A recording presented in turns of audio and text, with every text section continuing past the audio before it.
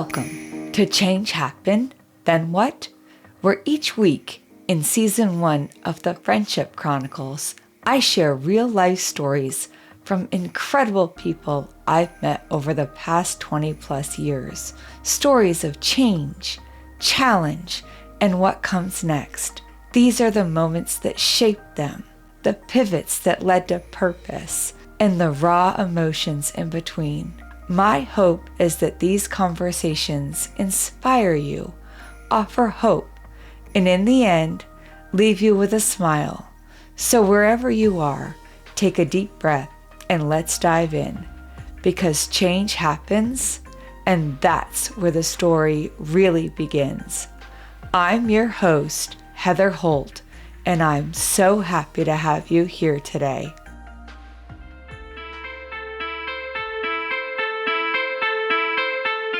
In today's episode, I'm going to introduce you to Jen, a friend of mine from high school. She was a couple years younger than me, and we first met in chorus. Back then, I would have definitely described myself as a band geek. I practically lived in the band room and spent my junior and senior year as the drum major. Jen recently told me in this interview she saw me as someone who seemed put together, someone she could look up to during what she calls now her confusing years, a time when she was struggling with attention deficit disorder, and her dad even referred to that time in her life as her poor choice years. But Jen's story isn't about one single change happened moment. It's about a series of turning points that shaped her into the woman she is today. A devoted mom, a daughter, an amazing friend, and a powerful advocate for others. Get ready for a fast-paced, heartfelt, and eye-opening conversation that explores ADHD, rediscovering one's identity, hard-earned lessons, and finding strength in the most unexpected places. It was chorus, and I just remember you being, you had the blonde hair and the together look, and I thought, like, wow, she just seems too cool kind of thing. And I was so confused. But those 4 years were like, my dad calls them the poor choice years, because I was just such a confused wreck. And I was trying to figure out who I was and trying to adjust to certain, crowds.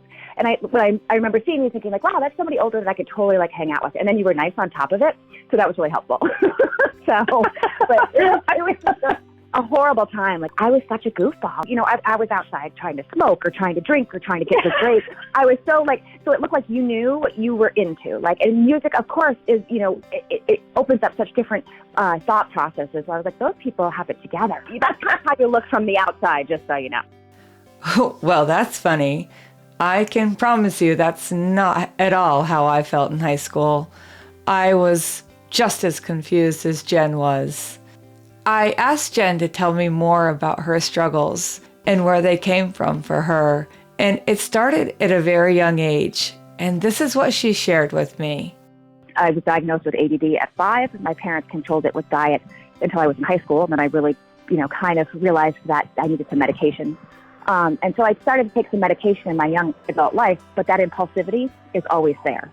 So even with, some sort of pharmacological component and clinical, because I did have some therapists and stuff, that impulsivity really put me in some situations that were not good, whether it was, binge drinking or just money. You have to really kind of think about, I got to pay for this. And so that impulsivity has really put me in some situations where I, in hindsight, could have done things differently. And if I hadn't had the support circle that I had, I could have gotten in trouble. I could have, had a car repossessed, that kind of stuff.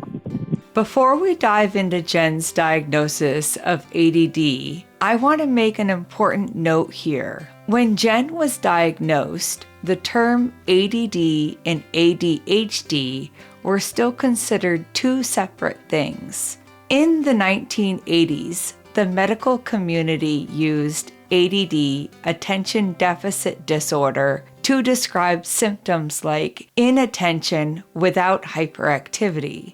It wasn't until 1987 that the diagnosis officially changed to ADHD, attention deficit hyperactivity disorder and began recognizing different presentations: inattentive hyperactivity, impulsive, or combined. So when Jen was diagnosed, the language and understanding of what she was going through was still evolving, just like she was. Being diagnosed, my mom was she has a master's in social work. She was very aware of mental health, and it wasn't really talked about in the 80s. Your kid was a bit off, or they were quiet, or they were, depressed, but there wasn't this whole, let's dive deeper. And my parents, at 5, felt like something was off. I was just really impulsive and really not so wound, but just disorganized, my thought processes and stuff. And so they had me, I went up to the Stern Center, and they diagnosed me at 5, and they sat down with Dr. Karen Price, and she said, we could medicate her. And they didn't want to. They just felt like I was too young. They didn't know enough about stimulants then. So they did it by diet. They took out those, the oranges and the reds and, less sugar, no caffeine and that kind of stuff. And it worked for a really long time. But as my life became unstructured, so did my decisions. And I didn't talk about it. I didn't want anyone to know that I was different. And when I was a junior, they took me back to the Stern Center. They reevaluated me. They diagnosed me again. And at that time, we sat together as a family, and my mom said, what do you want to do? And I said, I need something else. I can't just, it's beyond my control. And so I started with Ritalin. And again, I didn't tell anyone because it felt like that was before you could buy it. It wasn't the cool thing to do. So I didn't talk about it. I took it in the morning before school.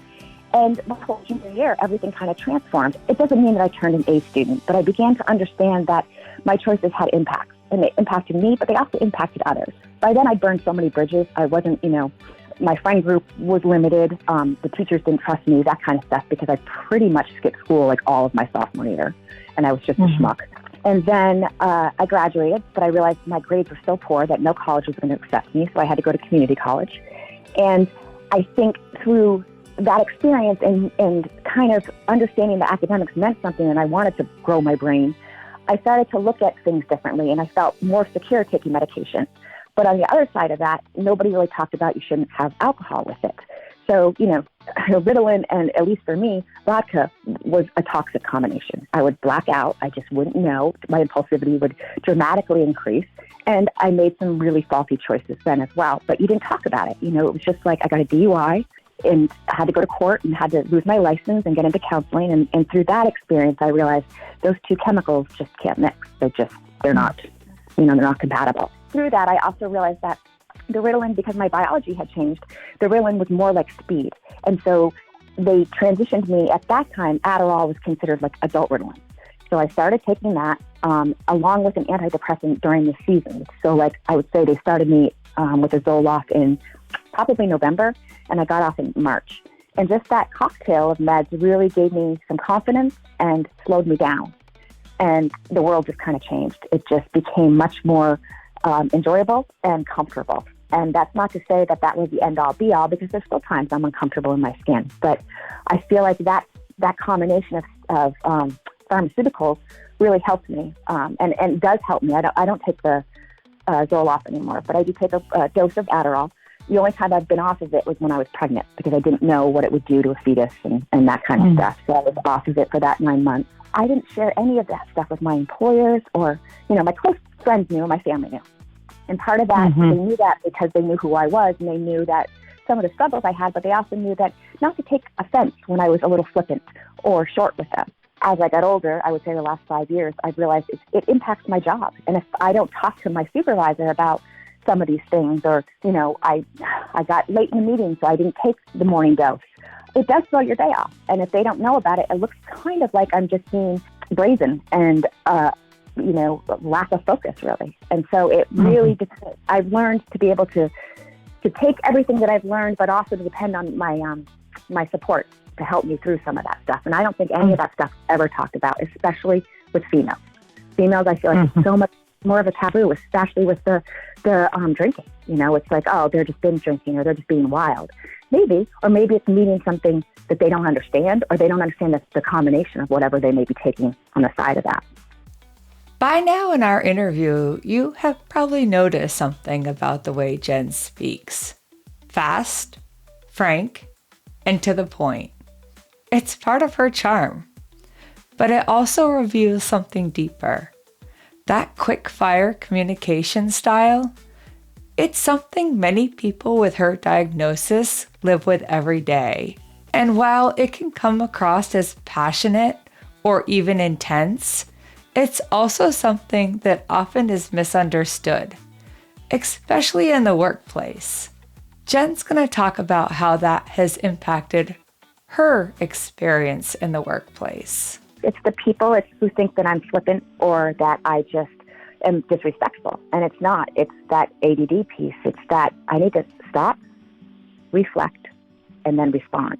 But sometimes I just get caught up in something because I'm a fast talker and I'm a fast mover, and then it just comes out. And it makes it really challenging because often I feel like I have to defend who I am or that I want to work at this position, because there have been times that people are like, no, you said this at a meeting.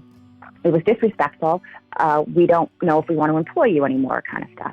But it's been tough. It's been like trying to listen to what they say and not get defensive. And I think that has been the biggest challenge, because it's very easy to be like, you don't get it, guys. This is who I am, and understand that my heart is from a good place, even though the tone of voice may not have sounded like it. But I have to remember, too, that, again, it's perception. So they perceive me in a certain way, and I have to be patient with that. I have to remember, too, that everyone is going through something, and I don't. I just assume that if you're my coworker, you're kind of like my equal. You understand where we're on the same page, and that's not absolutely necessary or accurate. And so that kind of insight in this, I have to remember what other things are going on at play, and it's easy not to see that. That's such a powerful point, because ADHD, especially in women, often goes unseen. It's not just about distraction or hyperactivity. One of the deeper challenges is impulsivity, not just acting on impulse, but thinking on impulse, reacting emotionally and instinctively. In work relationships, or often even friendships, that can be misunderstood as immaturity, disrespect, or laziness, which couldn't be further from the truth. The reality is, people with Jen's condition are often working twice as hard to navigate systems that weren't built for how their minds work.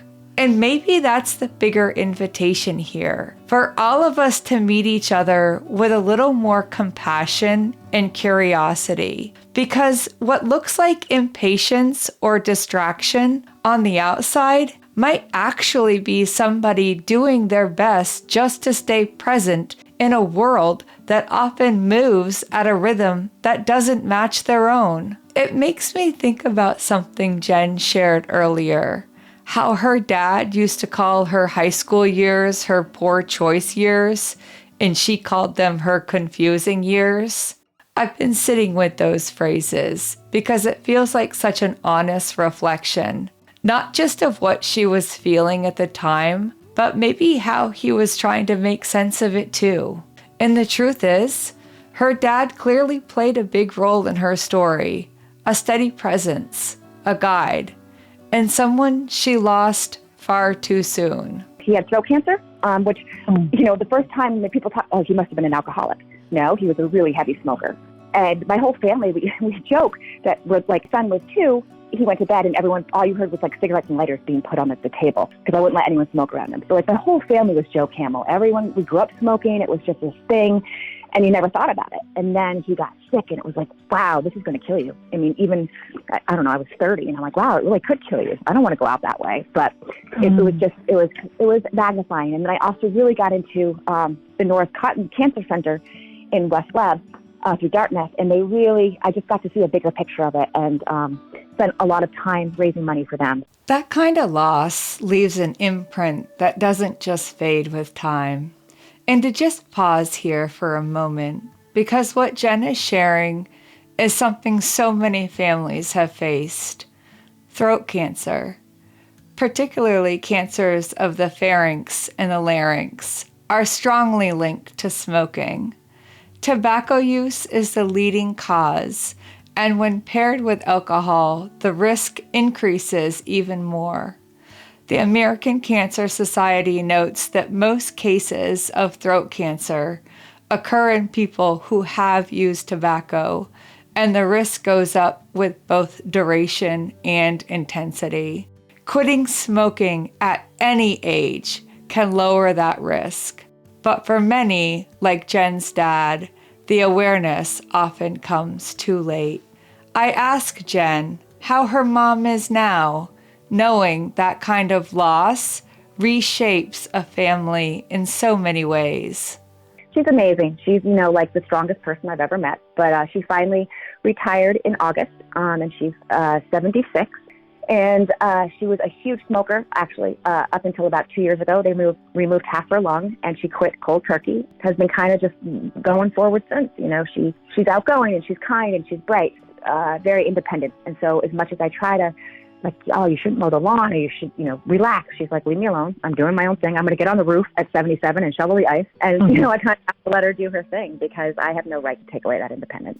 Jen and I talked for a while about her son, and it's clear how much love and intention she's poured into raising him. Even though she and his father divorced when he was just 3, they were able to build a co-parenting relationship that worked for them, one rooted in respect and focused on helping their son thrive. And it shows. He just graduated from our alma mater, and he's headed off to college next year. Jen is one proud mama, and rightfully so. So with everything she's been through and all the ways she's grown and healed, I asked her the all-famous question: what makes you smile every day when you get out of bed now? Because sometimes the simplest question holds the biggest truth. People, my mom, helping others. I just feel a sense of belonging when other people are laughing or you're helping them go through something. It's that kind of stuff. It's that energy from others. And when I ask Jen to leave you with one piece of advice, these are her words. Penance is sacrifice. You have to punish yourself as well as, look inside yourself. And so even though it feels like you're always giving in or always apologizing, that's the sacrifice you're making to be better. And I don't think there's anything wrong with that. I'm the first to admit I messed up. I'm the first to admit I don't understand. And sometimes that can be seen as a vulnerability, but to me, it's me being open. When Jen said penance is sacrifice, that hit me. Because we so often think of penance as a quick apology, a moment of regret to check off. But what she's pointing to is something much deeper. She's reminding us that real growth, real healing, real accountability, they ask something of us. They cost us something. Whether it's comfort, control, or the story we've been telling ourselves. There's always something we're being invited to lay down in order to rise differently. And that kind of sacrifice, it's not always visible to the outside world, but more often than not, it's exactly where the most powerful change begins. And how fitting that on a podcast about change, we end on that note. Thank you for listening to Change Happened, Then What?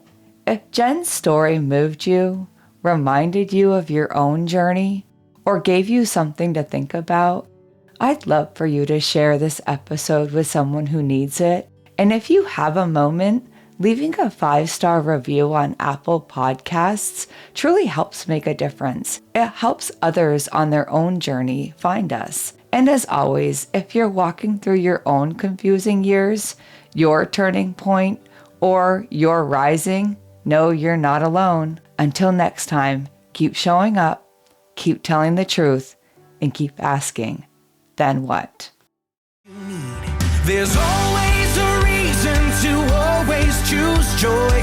There's something deeper that the world can't destroy. Smile when you think you can't. Smile, get up and dance. Smile, there's a bigger plan. The storm only lasts for a while, so smile. Thank you for tuning in to Change Happened, Then What? I hope today's story offered you insight, connection, or maybe just a moment of peace. Please consider following the show wherever you listen to podcasts so you may never miss an episode. Our theme music is Smile by Sidewalk Prophets.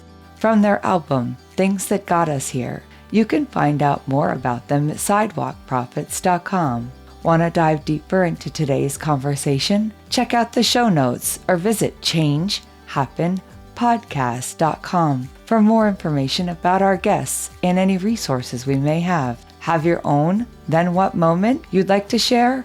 I'd love to hear it. Email me anytime at changepodcast@yahoo.com. And hey, if this episode made you smile, consider passing it along to a friend or leaving a 5-star review on Apple Podcasts. It really does help this little show grow. Change Happened, Then What is written, edited, and produced by me, Heather Holt, at Holt Hill Studios, with the enthusiastic support of my 2 sidekicks, Waylon and Dalton.